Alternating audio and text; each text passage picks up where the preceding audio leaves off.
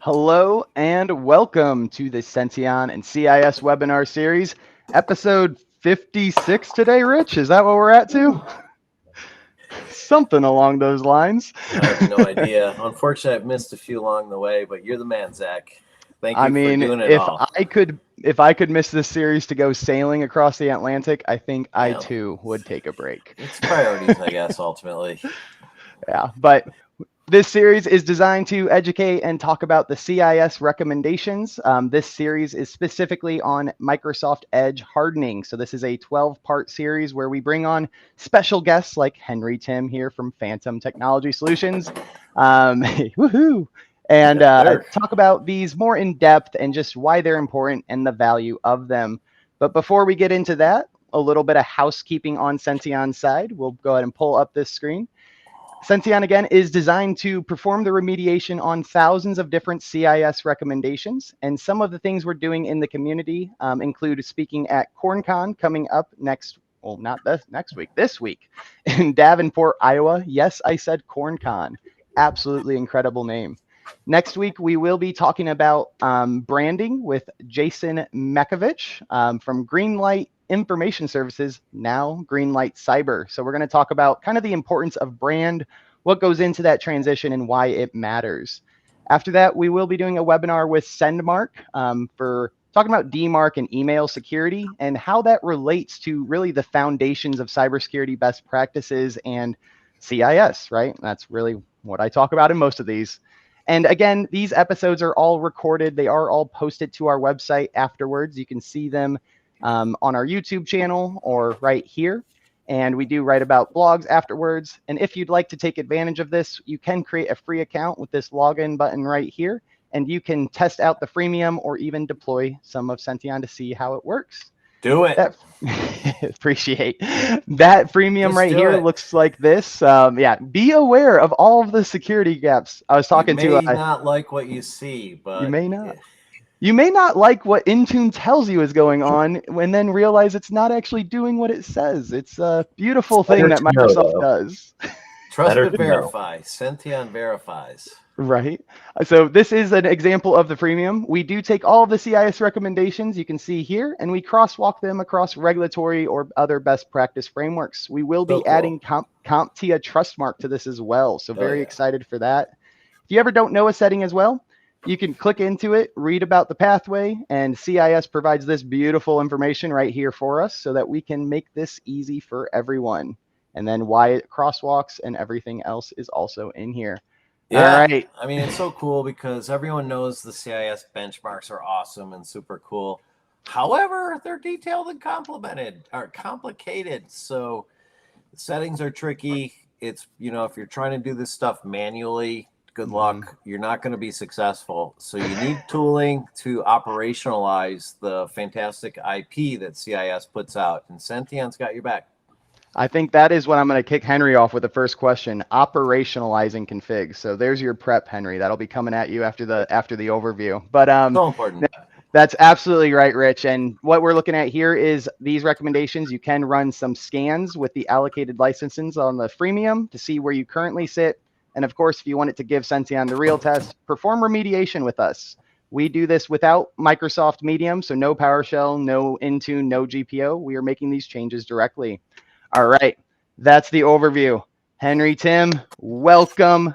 I know I told you I was going to hit you with a question first, but we first need to know who you are. So, Indiana native, a friend of mine, Tech to Generate, one of the co-founders, been an absolutely friend to the innovative community that Senteon is a part of and wanting to really just rise tides to the entire industry. Henry, Zach, is tech welcome. degenerate really a compliment? I mean, that's It that's what he does. called it. You got a background on the name right there, Henry. There you go. Yeah, no, that's we embrace it. Self-designated. Yeah, no, I stumbled out of a cornfield as well, so I live in the country. here in northern Indiana. But yeah, Phantom Technology Solutions, the MSP that I own, serves primarily regulated industries here in northern Indiana, Southwest Michigan, and then the Tech Degenerates is the MSP community that I co-founded with 9 other MSPs and Awesome. vendors to kind of better serve the industry and kind of share resources and knowledge. That's amazing. Thanks for doing that. So Yeah, cool. no problem. It's a lot of work, and I know you've and been you very traveling much a lot. Tell us about Yeah. your travels really quick. Yeah, you're huge in the community, brother. Where you been this last month? Oh gosh. Let's see. I've been bouncing around. I was in New York, Baltimore, Orlando, Denver, Chicago. I'm now home for 2 weeks before going off to Berlin and London for we've got CompTIA EMEA coming up and PAX 8 EMEA coming up, but obviously very involved also with CompTIA in general. I'm on their cybersecurity global task force as well as Nice. a member of the channel development advisory council over there. So try and do what I can anywhere I can, different events and organizations throughout the industry. CIS members. Yep. Yeah, And anything to help give back. Yep. So good. And definitely want to advocate for you personally, right? I already hinted at it, but you, along with the other tech degenerates, are very much supportive of the innovative companies out there with the input you've given Senteon and the growth along the way. So thank you for what you do with the community. As you can tell from that intro, very mature on the security front, something we're all striving towards. Rich said this kind of in when he was kind of sharing about processing and making a procedure out of configurations. Talk to us a little bit about this process, procedures, and how it relates to configuration management. Gosh, you mean that tools aren't the end all be all for everything? You can't just put a template and never look at it again? Set it and forget it. Yeah, so I think that there's a lot of misconception in the end user market specifically around that everything is secure by default, that you buy something and out the gate that it's You would good to expect go. that. That Yeah. would be your general expectation. Why wouldn't you expect that? That would be nice, but configurations matter, people matter, process matters, and the technology is just one piece of that. So CIS is a great framework for identifying and putting in place the responsibilities for the people that are maintaining the process and procedures that are controlling that framework and making sure that you are following through and doing the things that need to be doing the needful. Yep. And keeping that on a consistent schedule. So I know some of the controls specifically call out certain frequencies and intervals that things need to be done. I'm sure we'll probably dig into some of that today. We definitely Henry, will I'm be. sure you're well aware of what PAX 8 is doing around the CIS controls, which is super cool. Yeah. So if you're trying to, find solutions to help you achieve, say, IG1 in the CIS controls, or even implementation group 2, IG2, PAX 8 will map out various vetted cloud-based solutions that you can just, kind of take a lot of the work out of the process and, grab that stuff if you're trying to comply to the CIS controls framework. PAX 8's got your back. They've got really cool solutions picked out that you can deploy immediately. Yeah, I've been very fortunate. I was one of the individuals along with Zach here and several others to work with alongside Matt Lee on developing out that so good that guide. It's a fantastic resource. A lot of it was humbling to be in a room. That's with a word choice. Yeah, we had some CIS contributed pretty heavily, I believe. I know we did. Yeah, for sure. We had some really smart people engaged in that. Amazing Not me, of course. Part of. Yeah, I will be bringing that up at my CornCon presentation as well. I love shouting out the PDF. I'll drop the link into the chat, but there is I guess the previous rough draft version that is publicly available, and I think they're standardizing a lot of it now. So very excited to have Senteon part of that. Awesome to hear the praise that you're giving it as well. The big thing I want to shout out with this, whether you follow a framework or you don't, right? Following CIS, which obviously in nature is a framework, and aligning your vendors to that allows you to see where you might have, a ton in this area, but you're missing this area. Here, this area you have, right? You're identifying gaps through frameworks, not just your intuition. So very much am an advocate. And if you follow the CIS guidance, you need to close those gaps, because we base our guidance, as we'll see in the later slides, based on the MITRE ATT&CK framework. And if you've got gaps there, it's not good for you, because these, our guidance is based upon the most common attacks that are happening today. And you really need to think about that. I think why CIS has gained such a foothold in especially amongst the MSP community is that it's so prescriptive. It's something that is easily to understood and tells you exactly what you need to go and do. However, not always easy to operationalize. And that's why we got Very Zach in our corner. That is the challenge, right? Find vendors who help with that operationalizing perspective. Henry, And Zach, they got your back. that's awesome. So absolutely great. And yes, we will be getting into that. And honestly, per the new sequence of events, let's go ahead and pull up some of these slides. And I'll kind of preface one thing with the MITRE attack that we talked about. So I was having a discussion with Dustin Bolander. I'm sure you're familiar with him, Henry, but very active in the cyber insurance community, but also very mature MSP, very high security background. And he was very impressed because when I sent him the CSV of Senteon exports, since we do all those crosswalkings, seeing which setting related to which MITRE attack technique really surprised him just about how much coverage is covered by simply configs alone, right? You look at the Verizon DBIR, I think the number 2 recommendation is change default configs, fix misconfigs, right? So this concept, this weekly webinar series we do matters. This is stuff. Zach, did he comment from an insurance perspective regarding what was his, just from an insurance perspective? Yep. It's so important for everybody. What was his comments? There's definitely going to be some things coming out between us and him, and I'm also working with DataStream, so you're going to see a lot more of the. You connected me with, isn't it? Yeah, you're going to see a lot more alignment between cyber insurance and configs, because the big thing here is, big thing from the insurance perspective is not only that it's in place, but being able to attest at the real time and state that it's in place, and that is one advantage that Senteon has, because we do actually provide that, while Microsoft can't even do that. But regardless, these configs are becoming more important from the insurance perspective. I'll have Dustin and DataStream. We're talking about doing webinars together, so we'll dive into that at another time. Henry, we got benchmarks. Before we fully transition, we got Henry. We're good. Yep. Before we fully transition, did you want to make any comments on cyber insurance? Any trends you're seeing before we get into the technical weeds? I think it's just interesting to see cyber insurance really driving the discussion happening around, what the defensibility is in those decisions. And CIS is kind of really the meat and potatoes behind giving that defensibility in those decisions. So I think a lot of MSPs, thankfully, are starting to look at these frameworks and adopting them in a way so that they can have that discussion with their clients about why they chose what they did. It wasn't just, we got a special on this tool that we thought looked good at a conference. There's a reason and a means and method behind those decisions. Yep, absolutely. And you said the key word that I've been trying to use more and more in my conversations, defensibility, right? Many MSPs probably do have that one Intune engineer, or that one engineer in-house who does know a ton. They can do anything with a PowerShell script, right? At the end of the day, just because they can do something and it's their gut instinct to do something, is it really defensible if an incident does happen and you have to defend that choice? Or would you rather have someone like CIS? Shame on that guy. People do what they know.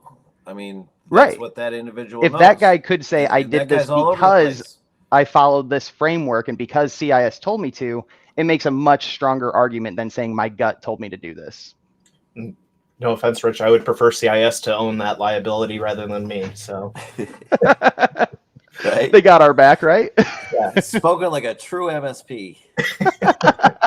I love it. All right, let's kick into some of these settings. So the very first one here, if we can pull that on up, is ensure auto launch protocols component is enabled, which is recommended to disabled. Again, these GPOs, I write them verbatim as they're logged in the system. A lot of times they're confusing, but the point here is anytime I see anything auto and launching put together, probably not something I want enabled. As CIS recommends here, disable this. What does this actually mean though? So I think what we're getting at here is that a lot of malicious software and websites back in the day used to just kind of overwrite some of these auto launch protocols so that as soon as you would launch to the homepage, it would inject a phishing attempt, or you'd have these drive-by downloads or malvertising that would get injected into your browsing. So I think you're talking about all the MITRE attack techniques. Yeah, so nailed it. Disabling this is key so that you don't open yourself up to a lot of those attack vectors. Yep. And the biggest thing I want to emphasize here, and you hinted at this, is something like this basically skips the user interaction point. So just when something launches, it'll be able to do whatever it wants without asking permission or doing, the checks and balance, right? It's not going to say, are you sure? Are you going to, choose a pathway? It's just saying this will automatically happen. Doesn't matter. Just go for it. Yeah. Good or bad. Yep. So definitely disable this one. Great example there. This next one here, man, this one is talked about, I think, automatically import another browser's data and settings at first run is set to enabled, which means disabled automatic import, and the import section on the first run experience is skipped. Could this ever accidentally be importing sensitive data to somewhere it shouldn't, Henry? That's the worst that could happen. Yeah. Why? Yeah. I mean, this syncing thing, I mean, this isn't necessarily talking about syncing. This is talking about imports, similar, right? But I mean, this has to make the MSP's life much easier being able to do this, right? Having the ability to do this is probably going to ease a lot of pain. But why is it a little dangerous? Why do we want to harden this setting? Well, one is you're worrying a little bit about your attack surface here. So you want to maintain control over where that data is for the end user. But you're also looking at potential malicious actors exploiting those connections coming into the browser. So if you're importing something without any idea of necessarily control over where it's coming from, there are potentially malicious content that you're ingesting into the potential clean browser. Yeah. You don't necessarily know for fact what you are importing, right? So this is saying, hey, it's not worth the risk at that first run. You're going to have to reset it up, or maybe there is a more, again, CIS's recommendations assume you do not have a third-party choice to make the streamlined process easier. They're just talking about the things that are built into applications, built into the OS. So in this case, they say this is not safe to do. No, you don't really know. I mean, what settings are you importing along the way? Yeah, right. There's Who a knows? ton here. Let's get into proxy DNS and all that good stuff. Plenty we can dive into with DNS and browser, but we won't. So tempting. It's very tempting, right? Perfect explanation here. The next setting here, constantly talked about, especially GDPR, cookies. I agree to just the select cookies, right? But this is referring to third-party cookies, and CIS is recommending to enable, meaning block third-party cookies.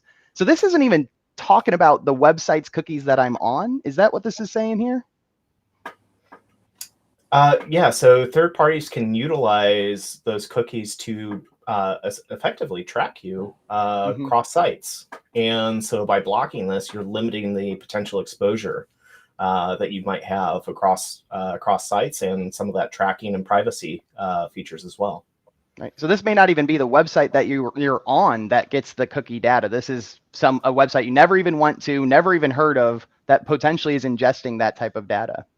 Yeah. No, Facebook is a good example of this, where they've got their platform that even if you don't have a Facebook account, as I understand it, they are able to build out a profile around your user data. Love that. Great. So, this would be a setting that would absolutely help protect you in that scenario. You know, if we bring up Facebook, I feel like it's only fair to also bring up LinkedIn. That special new setting of automatically ingest for our AI data anything you post. Have we disabled that, Henry? Are you up to date on that one? Yeah. No, that is I have, honestly disabled. You mean you need to know about that? Yeah, the whole AI extravaganza that's going on in data governance piece of that is a fight to be had out still in public, I think. But a lot of people, I don't think, recognize the true breadth of their data out there on the web. Yeah. What to kind of talk towards the trends of AI and all this data ingestion as well, on the Windows OS, they are adding, and I'm sure only going to be adding more, some of these AI settings that are turned on by default. So as CIS continues to do their research and continues to update their recommendations, I imagine some of those AI policies that are enabled by default will also be recommendations we talk about on this webinar series. Mm-hmm. From a CIS perspective, we're very focused around AI, and in general, our whole company just went through an internal AI, use and acceptability training and things like that, and we're trying to, figure out our recommendations and such as well. So more to You follow sound from so CIS. excited talking about this, Rich. Thank you. Well, to that point, though, there's a lot of MSPs and end users that don't truly comprehend how their data is being utilized necessarily by an AI engine, whether that's local to Microsoft or some third party that they're utilizing as well. Yep. And while we're on the topic of AI, let's just show this next setting, and we can even take this a little bit further as to why AI might want this data. So this next setting here, I believe a block tracking, hit this next slide, moderator, block tracking of users' web browser. All right, maybe moderator stepped away. So until that changes, block tracking of users' web browsing activity is set to enabled, meaning balanced. So this is a little interesting because it sounds to me like CIS isn't recommending to block all tracking because that must mess up functionality to too much of an extent. So they weren't able to just say don't do it at all.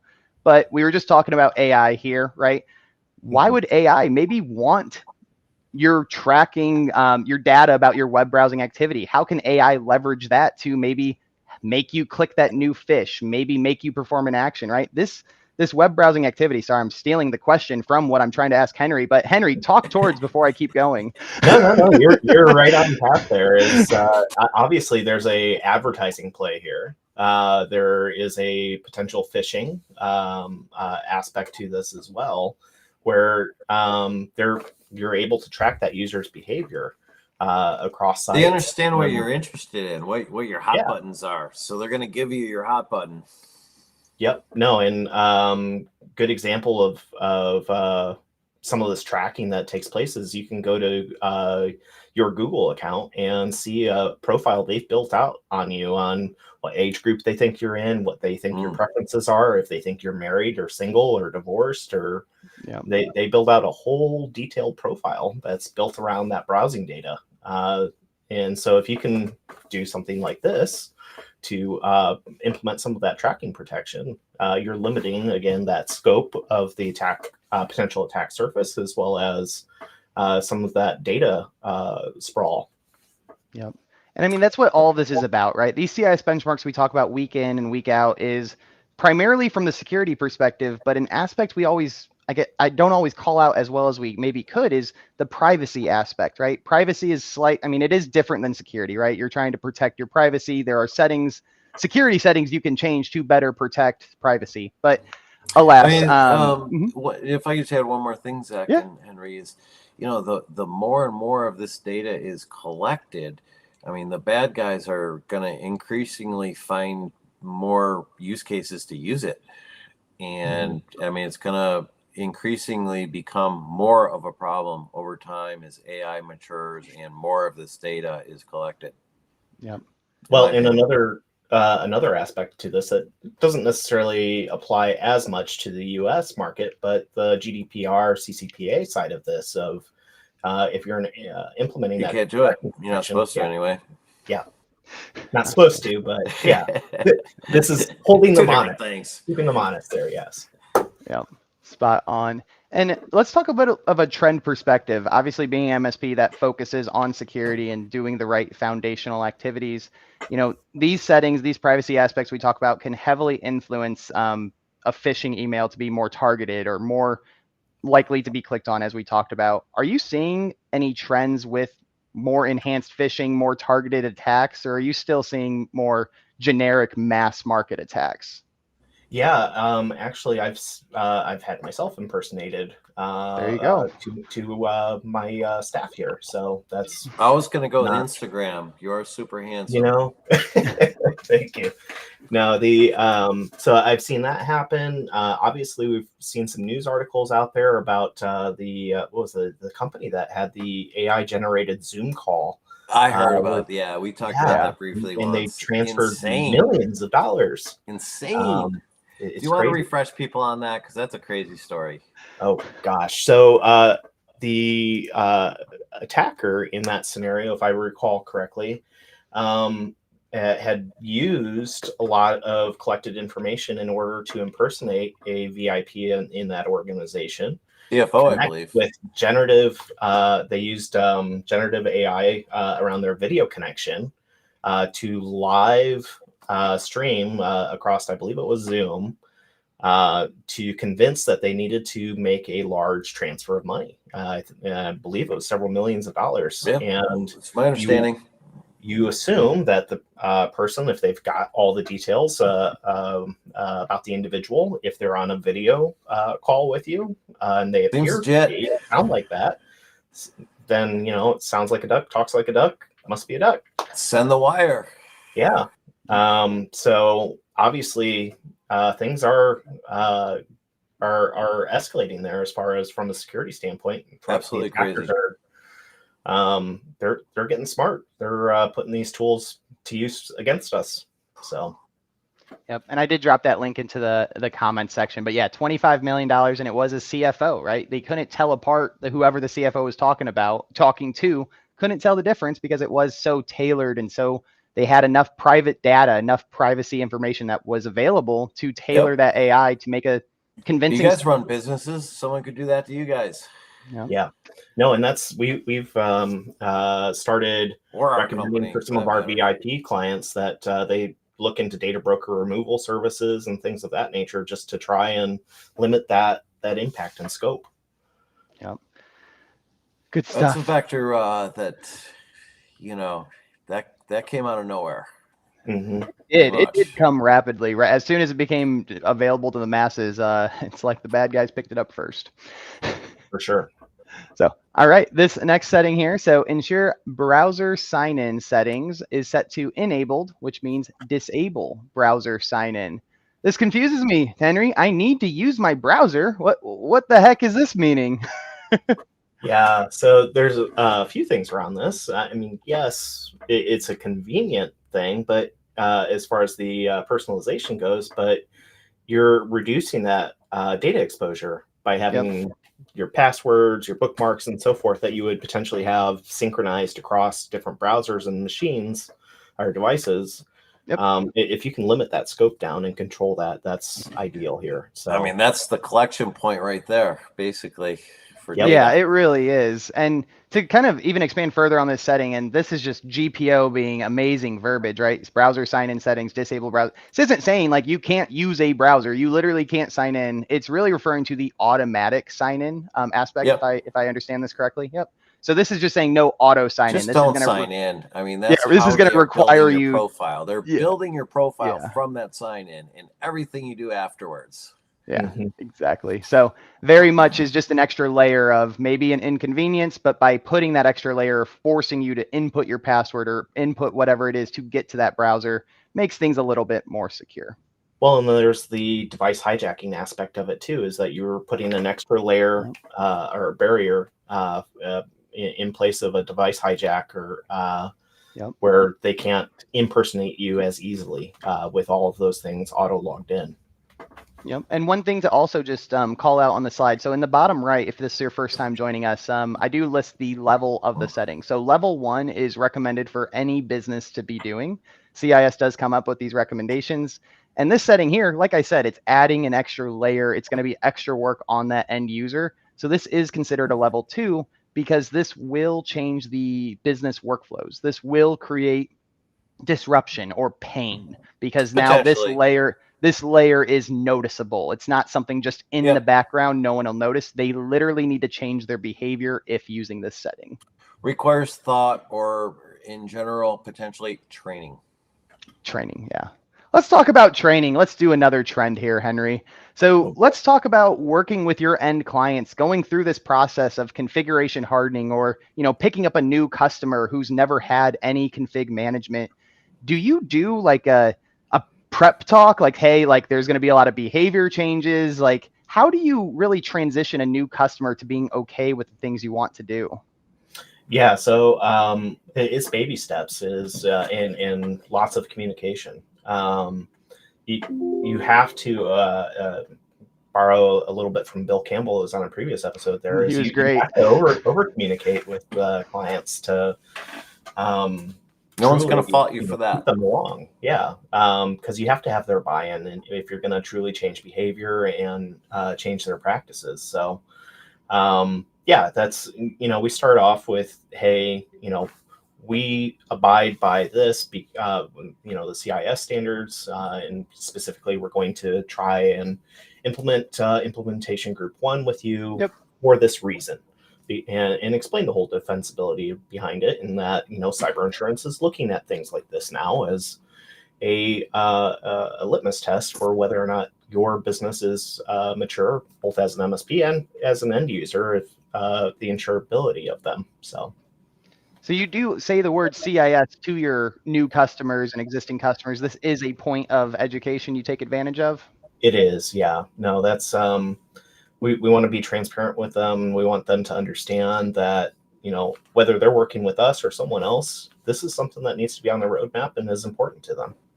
Thank you for that, Henry. Awesome overview there. All right, let's do this next setting here. And this one these settings always interest me personally.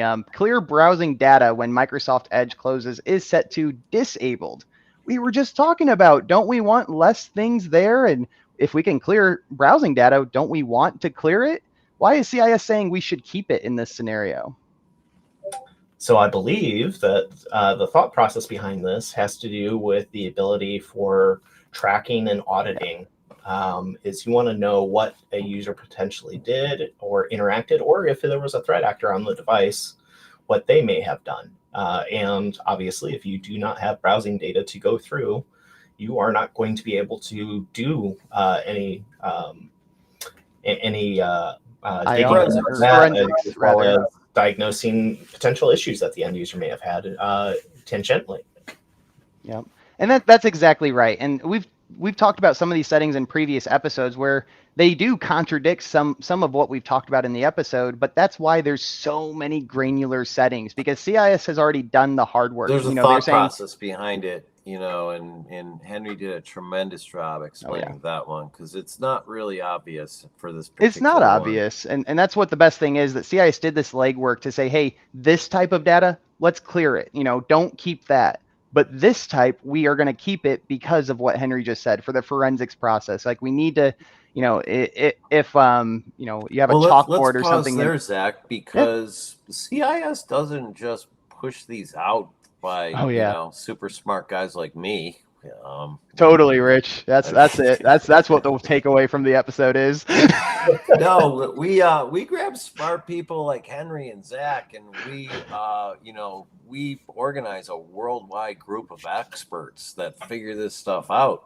It's not just CIS. We bring a whole group of worldwide experts to consensus on what the proper settings are, and this is the result. So, it's not just us saying, thou shalt do this. It's a community effort, actually. It's pretty cool.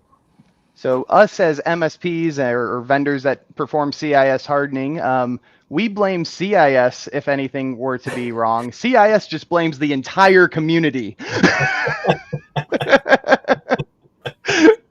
It's a good thing you have strong shoulders there, Rich. No one ever takes the blame. I got a fake shoulder. I love it. But yeah, that's a perfect explanation for this setting. And the next one here, let's show this because it's very similar, right? It's saying, hey, the clear cached images and files when Microsoft Edge closes. We also want to disable this. This is also important potential forensics information.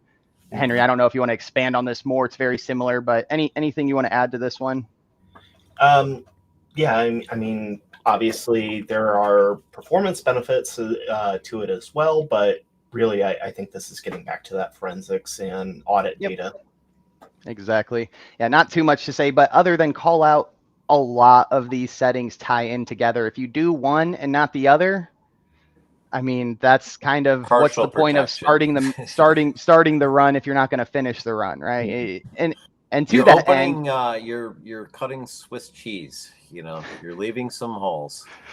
Sheesh, that's a good one. But yeah, to that point exactly, and then like you don't have to do all this at once, right? These are different types of settings. You can do some, just make sure you do the rest later, right? Senteon helps with that process and procedure aspect to make exception groups. You can, of course, do this in other mediums, whether that's an Excel workbook or whatever traditional Zach, style let's you talk have. about that. There are exceptions, Sure. right?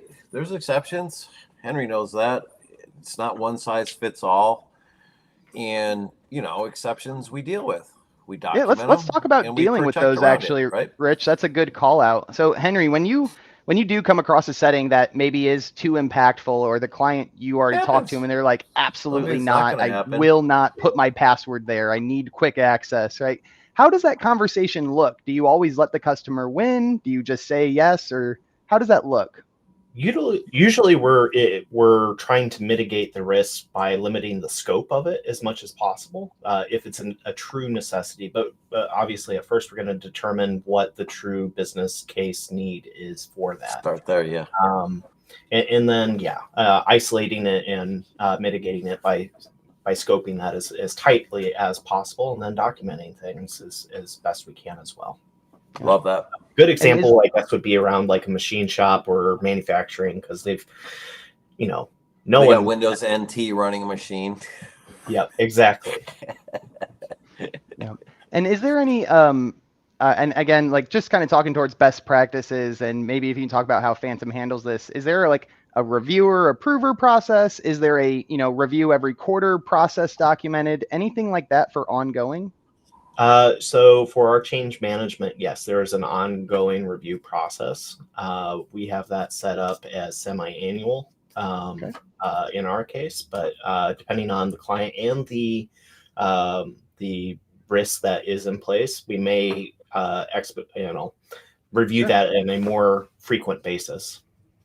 Henry, let me ask you this, and maybe you don't even want to answer, but Jeez, where are you going with this one? It's a live webinar, brother. Zach's like, no, stop, mute him.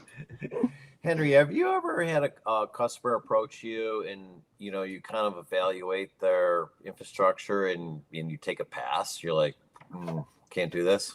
Oh yeah. How does that go? And how do you check out a place to decide if there's maybe too much risk for you to accept as an MSP? Yeah, and that's part of our initial risk assessment that we do with clients before we onboard them. Once you onboard them, it's on you. Yep, and there are clients that we've fired because they just don't understand that their liability is also our liability that we have to, in some ways, own. So if they're not willing to see the value and understand the purpose behind why we're adopting some of the security practices that we are, then typically we'll have a discussion about, okay, well, maybe it's best that we part ways, and we'll try and align you with someone that may provide the services that you're looking for. You have to. It's critical. It's your reputation. Exactly. And it's just not worth us sitting on that risk for some situation. Zach's going to have the reputation session coming up. I actually do. Yeah. Thanks for the call out on that one too. See you next week with Jason. So one more question on this to tie up, and it's kind of a trend I'm seeing, and I'm curious how you're handling this, or if you're also seeing the same trend. When you're taking on this new customer, you said it yourself, right? You perform a risk assessment. Is this typically a paid engagement, or is this like a free offering so that you can leverage it to close the deal? Are you seeing a trend on one side or the other? So we used to assign a dollar value to it and essentially give it for free if they signed onto the contract. Gotcha, that's cool. So you're reimbursed, basically. Yeah. But we've been reevaluating that recently and deciding whether or not we want to just have that as a straightforward paid engagement, just so it's very clear that there is a true value to that. Yep. That process. It takes time. You're signing. I mean, they're investing in ownership at that point. Right. And we're interacting with their systems and networks at that time. So there is a potential risk to us as well. You have to have a something contractual before you touch any systems, obviously. Correct. Awesome to hear. Thanks for calling out that trend. So let's keep on going into this next setting. Again, it's going to be very similar here, but clear history for IE. Oh yeah, Edge webinar. Talking about IE still, Internet Explorer. So, and IE mode every time you exit is set to disabled. So again, this is saying keep the history. Dude, I think I think it's supposed to be set to delete, not disabled. Oh, did I document this one wrong? Calling me out on a live webinar, Rich. This is stuff for the pre-show and the post-show. It's supposed to delete IE when you close it. Delete the IE. Well, I will also call out, CIS does have a recommendation on the OS itself to disable IE entirely. So that's an additional. That's what I'm talking about. So that is an additional recommendation IE, that it deletes itself. Yep, you could do that on the OS level as well. So, Henry, very similar to the other settings here, but anything you want to add? Yeah, I believe another aspect to this and preserving that history, though, is around business compliance regulatory requirements. Yep, government has told me they can't use that setting sometimes, and some of our MSP partners who service them, hey, this application only runs on IE. I can't handle this setting. It happens. Yeah. All, exceptions again, right? Yep. Finance institutes enter the chat. Yikes. Yep. So spot on. Again, exceptions are needed sometimes, and even if you allow for that setting on the OS so that IE is still available, if you harden this one, right, you're at least now reducing a little bit of that risk, right? Because if you're using something, at least then do the complementary controls to still harden the risk. Cool. All right. Harden to minimize the risk, bro. Harden to minimize the risk, because you accepted risk no matter what. And anyway, layered security, defense in depth. All right. We're switching topics finally. So the next one here, configure in private mode. Configure browser process code integrity. I got ahead of myself. Guard setting is set to enabled. Enable code integrity guard enforcement in the browser process.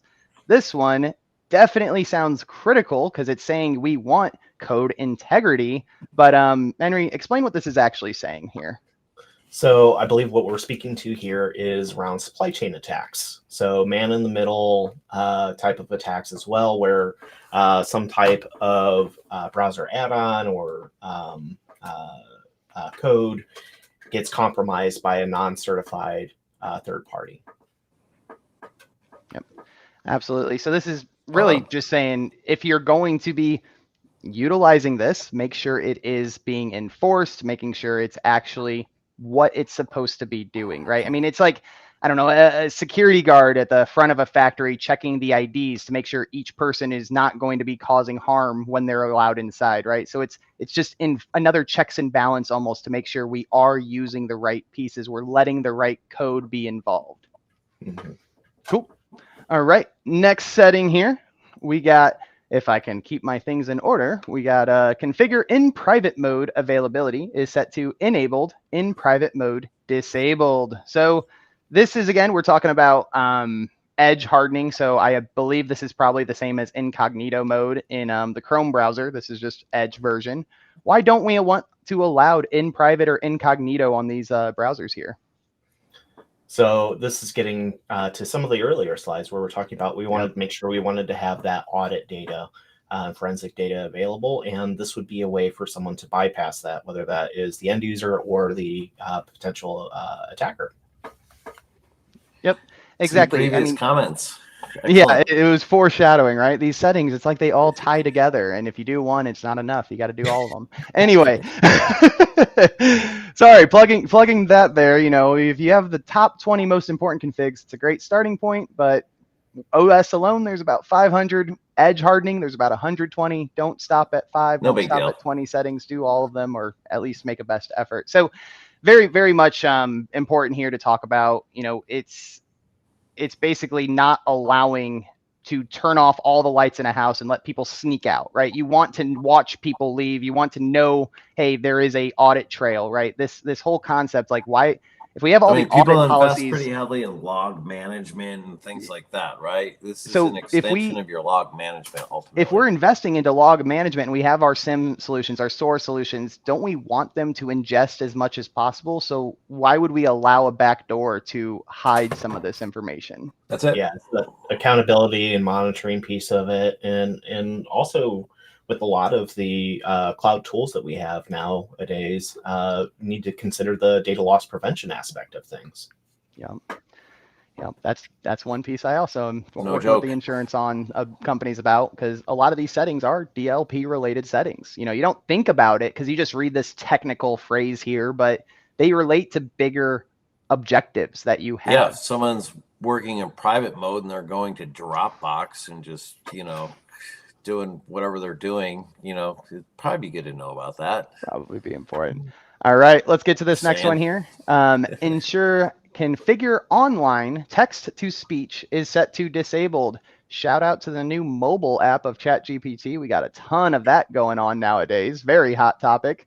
But why maybe do we not want text to speech to be available? This definitely sounds like a convenience if I needed something like this, but why is it a little dangerous?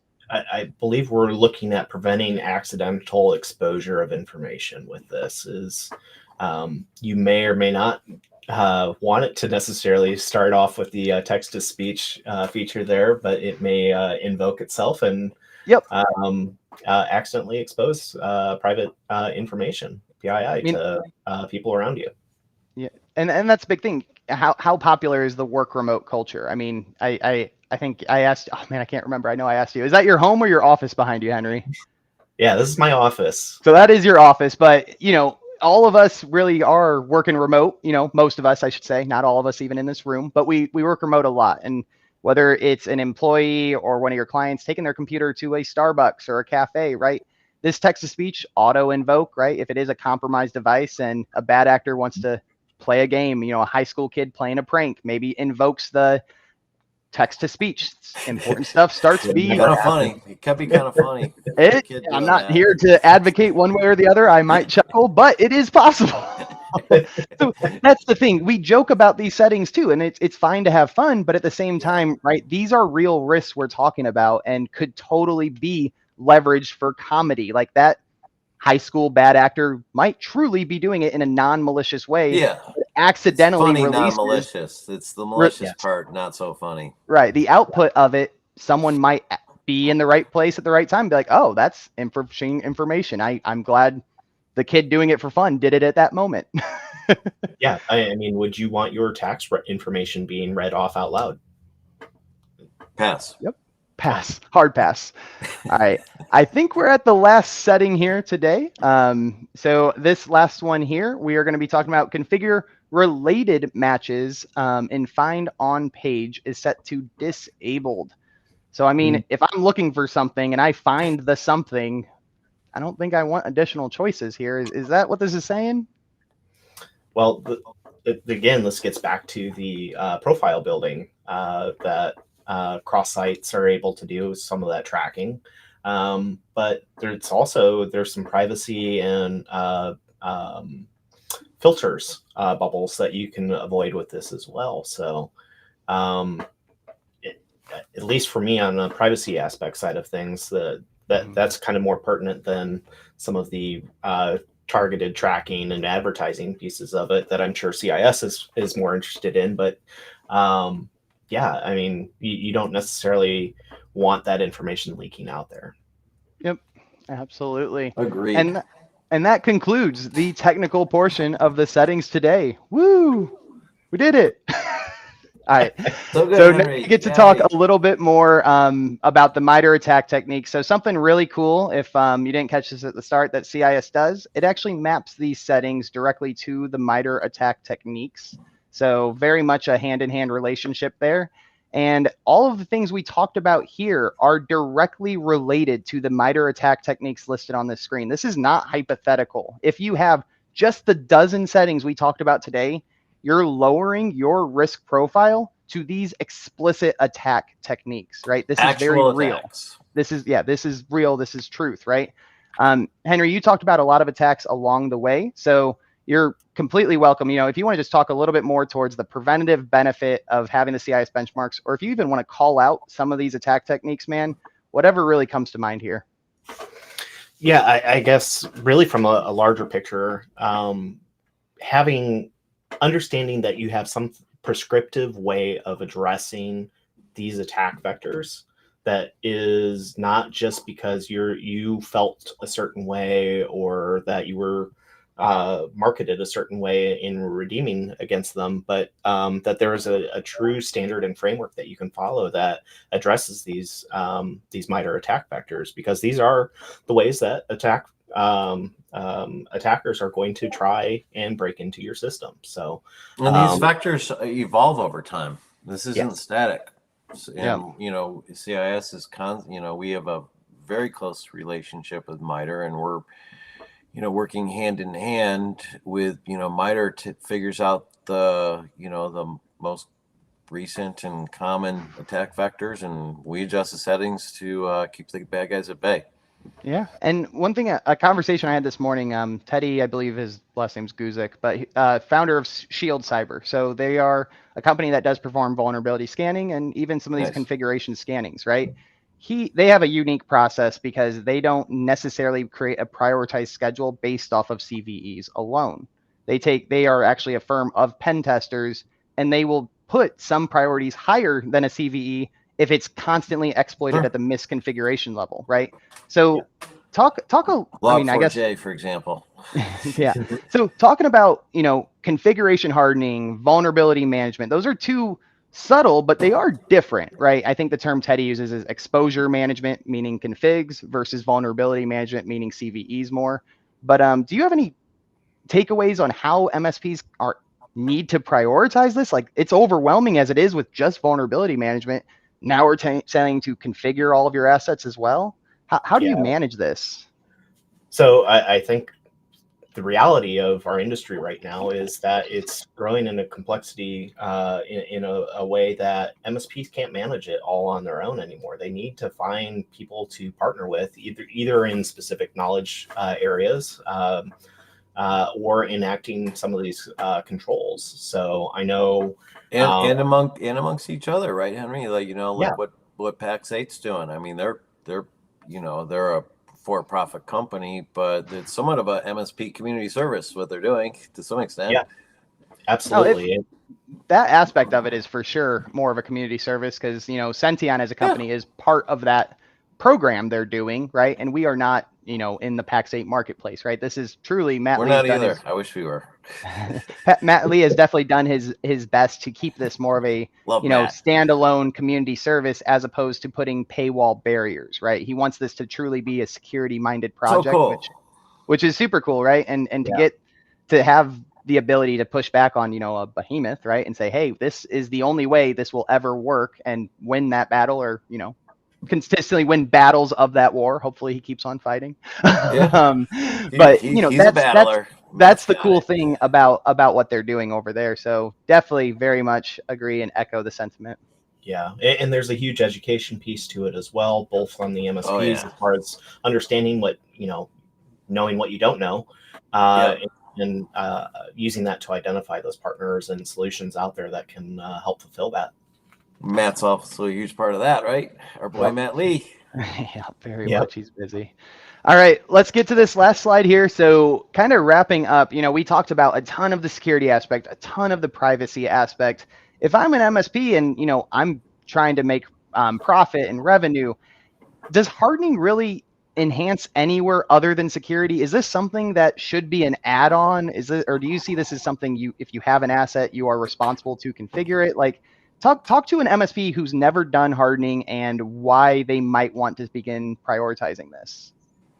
So I think gone are the days of sticking your head in the sand and thinking that this doesn't matter, that it's on the end user for clicking on the thing they shouldn't have clicked on. Like, you are contractually obligated as the responsible party for securing that endpoint and doing your best due diligence for that end user in organization. So I think you're seeing this shift in the MSP market for sure, where MSPs are starting to realize that, hey, we've got a duty similar to a family physician does to the end user or to the client.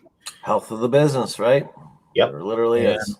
And this all gets back to a bottom line dollar value at some point, and truly addressing this and coming up with some type of mitigation discussion with your clients is no longer something you can ignore. Let's talk about coming back to your bottom line dollar, right? It's obviously going to be an uplift of time, unless you, of course, use Senteon, right? You can automate it, but you still have to pay Senteon, right? There's going to be a cost associated with performing a security service. So, when you have all these settings in place and all of your assets are configured the same way in a perfect world, that's the end goal, right? Is there any operational gain? Is there any actual ROI on configuration management? Yeah, I think so. One, you've got standardization across your client base or devices. So that from that side, it's a lot easier. But you also have the defensibility in personally, I get to sleep a little bit better at night. But knowing that you're doing everything that you should be doing to try and protect and mitigate against some of those risks that are out there. So if God forbid something did happen, at least you have documentation and can show that defensibility that in your decisions. And hopefully, if nothing else, it helps reduce that total exposure that may have happened. Yeah, and you have that that proven automation that is continuous, which is so important because things change over time. Systems aren't static, and you kind of need that continual attention, and it's very, very hard to do without proper automation. Yeah, for sure. I mean, that's one of the big have all to achieve all of those gains that Henry's talking about. It's critical because all of that depends on having that historical view and system that can continually keep everything current and do the proper reporting that compliance requires. And while it may be getting easier for end users and how they interact with some things like automation or AI, on our side, it's definitely not getting easier. It's definitely more complex day after day. And understanding and kind of projecting what those future risks might be to the end user, whether they recognize it or not. The easier experience your clients have probably means the more complicated your back-end job was to get them there. And same thing at MSP to client, from MSP to vendor, same thing applies for us. The easier your front end is, means we put a lot of time. Funny how that works. Yeah, very much no free appreciate. Ride, Zach? What are you talking about?